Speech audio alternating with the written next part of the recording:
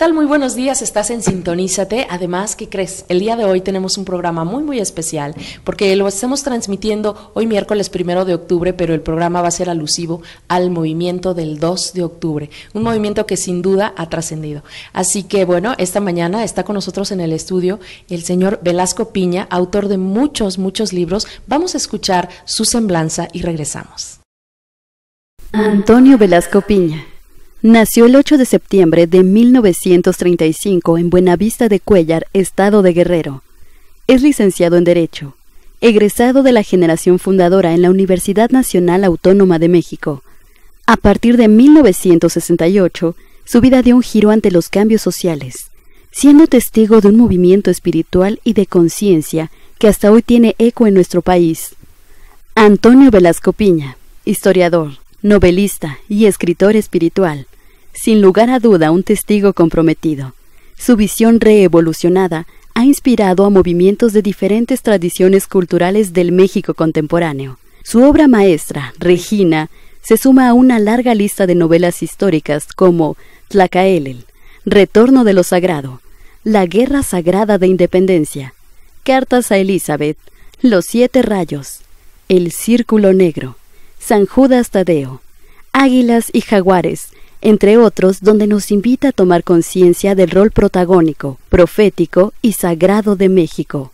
Bienvenido, señor Velasco Piña. Le decía antes de iniciar este programa, nunca me imaginé cuando compré el libro de Regina que un día iba a tener la oportunidad de entrevistarlo, y sobre todo con este tema que es tan trascendente en nuestros días. ¿Cómo está el día de hoy? Pues muy agradecido del interés de ustedes por este tema que pues ha sido la pasión de gran parte de mi vida, así que les agradezco muchísimo el que me hayan invitado a participar en este programa. Al contrario, y además el programa de hoy lo titulamos ¿Cómo vivimos el 2 de octubre en nuestros días?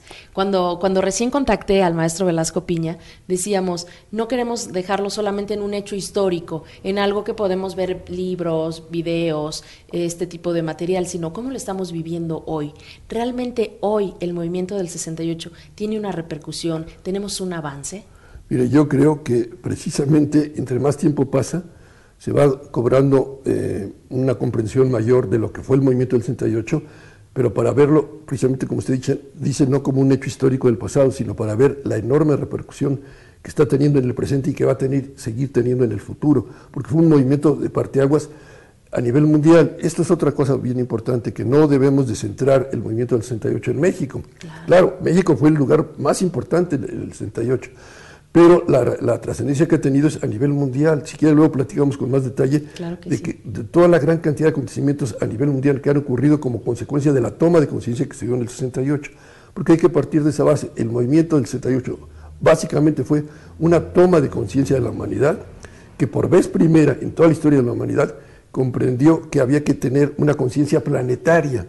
Me explico, es decir, que los problemas no son locales, que los problemas son planetarios. Es decir, y ahora nos hemos dado cuenta que una epidemia de gallinas que ocurre en cualquier parte del mundo nos puede afectar, que una crisis económica nos puede afectar. Es decir, que todos los problemas son planetarios, que por lo tanto las soluciones tendrán que ser planetarias. Y aquí viene el gran reto para la humanidad, que para dar soluciones planetarias se tiene que tener una conciencia planetaria, que es el gran reto que tiene la humanidad actual, adquirir una conciencia planetaria, entender que es una ilusión esto de la separación, como en lo personal o como naciones, o como partidos políticos, o como diferencias económicas. Toda la humanidad forma un solo conjunto y tiene una sola conciencia. Y solamente cuando actúe con esa conciencia planetaria se van a poder resolver los problemas planetarios que son tan graves y que son los que nos afectan. Exacto, y que sin duda esto se resume en esta parte de unicidad, cuando logramos vencer estas divisiones y cuando logramos ver más allá. Un poco eso fue lo que hizo Regina y lo que usted pudo documentar en este libro, que es uno de los más famosos y que además ha sido traducido a otros idiomas. ¿Cómo vivimos el papel de la mujer el día de hoy? ¿Cómo hemos crecido? Mire, para eso, no es por nada, pero los jóvenes no pueden entenderlo porque no se imaginan cuál era la posición de la mujer antes del 68. Era una posición a nivel mundial totalmente marginada. Digo, yo siempre hago el chiste de que qué diferencia de buena memoria tienen los alumnos actuales de la universidad a la que yo tengo, porque yo le puedo decir ahorita los nombres de todas mis compañeras de generación. ¿Por qué? Porque eran unas cuantas. Claro. Ahorita ninguno lo puede hacer porque ya hay más mujeres estudiando carreras profesionales que hombres. Claro. Pero la mujer que en esos tiempos entraba a estudiar una profesión, la principal oposición la tenía en su propia casa, que le decían, mijita, pues ya te amolaste, no te vas a casar nunca, porque ¿qué hombre se va a casar con una mujer profesionista? Entonces, era muy difícil que pudieran estudiar profesiones porque tenían siempre esa amenaza. Eso, por supuesto, ya trascendió totalmente. Qué ilusión en los 50, por ejemplo, en la década de los 50, que las mujeres soñaran en que podían votar. Pues, ¿cómo va a votar una mujer? Que fueran diputadas, senadoras, a ocupar puestos públicos importantes, a ocupar puestos en la iniciativa privada importantes. Todo eso era exclusivamente en función de los hombres. Eso ha sido un avance enorme, ¿no? No sé si ustedes lo notan, pero para mí, cada año que veo yo el desfile militar y que veo ya la cantidad de mujeres que están desfilando, que están en el colegio militar, que son tanquistas, paracaidistas, que todo, digo, hasta en eso ha habido un cambio total de la invasión femenina en toda la sociedad mexicana. Y esto está ocurriendo también en muchas partes del mundo, ¿no? Sí, que todavía falta mucho camino por avanzar, me van a decir las mujeres, claro que sí, pero en comparación con lo que se ha avanzado en los últimos 50 años, sobre todo a partir del 68, bueno, es como decir de la Edad Media para acá, ¿me explico? Sí, es cierto, ha sido un avance, justo ahora que lo escuchaba yo decía, en los años 50 hubiera sido casi imposible que una mujer pudiera estar haciendo una entrevista de este tipo. No, totalmente imposible. Ni siquiera se pensaba en esa posibilidad, ¿no? Eso que está usted haciendo ahorita no lo hubiera podido hacer hace 60 años, por ejemplo. Exacto, y que además es algo que tenemos que agradecer a todas esas personas que participaron en ese movimiento y que pusieron las bases para que hoy demos estos saltos cuánticos en el avance, en la comunicación, en la inclusión. Por supuesto, dieron su vida, pero eso, por ejemplo, eso es lo importante, ¿me entienden? Ver, bueno, gracias a este movimiento y todo lo que falta por hacer, me explico, por ejemplo, no sé si sea tema de hoy, pero que la mujer recupere su posición en la cuestión sagrada como sacerdotisas. Claro que falta eso. ¿Por qué no pueden ser sacerdotisas y por qué no pueden haber obispos? ¿Por qué no? ¿Hay alguna disposición de Cristo? Claro que no la hubo, me explico. Claro. Es decir, ha sido totalmente marginarlas a las mujeres de todo. Y esa es la última parte que falta y que es importantísima. Y curiosamente, ya hay sacerdotisas, aunque no tengan su título profesional de tal, hay mujeres que están ejerciendo esa función de procurar acercar a los seres humanos a lo sagrado, a lo divino. ¿Por qué no? Claro que sí, aunque no tengan el título profesional de el papel que lo avale, ¿no? Claro. Sí. Y de hecho ahora que lo escuchaba y que decía justo esta parte de, bueno, nadie se casaría hace años con una mujer profesionista, con una mujer pensante, digamos. Exacto, no. ¿Qué pasaba entonces con esas trabas que sin lugar a dudas primero venían de la familia, pero que después se traslapaban en el trabajo quedaban, y en la mente de las mujeres? Y que todavía hoy en día creo que hay muchas mujeres que pueden tener que estar saltando ese obstáculo de la mente, de decir, híjole, pero será profesión de mujeres, por supuesto que deben ser mucho menos, por supuesto que debe haber zonas de nuestro país en donde la marginación sea mayor. Todavía existe esa marginación, por supuesto que sí, pero le digo, comparada con lo que era antes, bueno, ha sido un avance enorme, pero hay que seguir adelante, por supuesto, ¿no? Exacto. Me preguntaba yo en este primer bloque, ¿cómo podemos retomar la libertad hoy? Sin duda, el movimiento del 68 trabajó por esta libertad, pero yo diría por esta libertad que va más allá de lo físico, sino que tiene que ver con las ideas, que tiene que ver con los ideales, que tiene que ver con esto que trasciende lo material, ahorita que hablábamos un poquito de esta parte de unicidad y de energía y de que cómo lo que pasa en un lugar del mundo se está replicando en otra parte. Sí. ¿Cómo vivimos hoy la libertad? Pues no creo que se pueda dar una respuesta definitiva en ninguno de los dos sentidos, ¿me explico? Porque es el caso típico de la botella está medio vacía y medio llena. Evidentemente que todavía hay mucho ataque al ejercicio de la libertad en general, no nada más de las mujeres, en especial de las mujeres, pero de todas. Pero también es cierto que ya también se puede ejercer en mucho mayor medida, ¿no? Muchos de los periodistas me dirían, oiga, es que yo conozco muchos amigos, o conocí a muchos amigos que los mataron por ejercer su libertad. Sigue siendo eso todavía.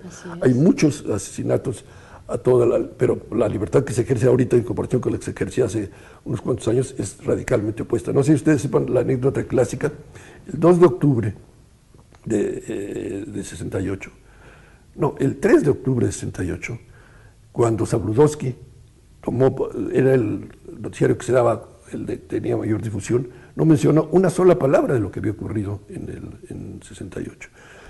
Termina de hablar y le entra una llamada directa del presidente de la República, Gustavo Díaz Ordaz. Óigame, señor Zabludovsky, ¿por qué usted dio hoy las noticias con una corbata negra? ¿Qué quiso usted decir con eso? O sea, no se controlaba no nada más lo que se decía, sino hasta que el señor llevara una corbata negra. No, señor presidente, es que mi padre se murió hace unos meses y todavía traigo el luto por eso. Pero eso nos da una idea de qué grado era el control total y absoluto de las noticias, ¿no? Ahora, obviamente, eso ya es increíble que haya podido pasar, claro. ¿no? Y en el día de hoy sonaría como un poco hasta ridículo, ¿no? Sería ridículo, sería absurdo, ¿no?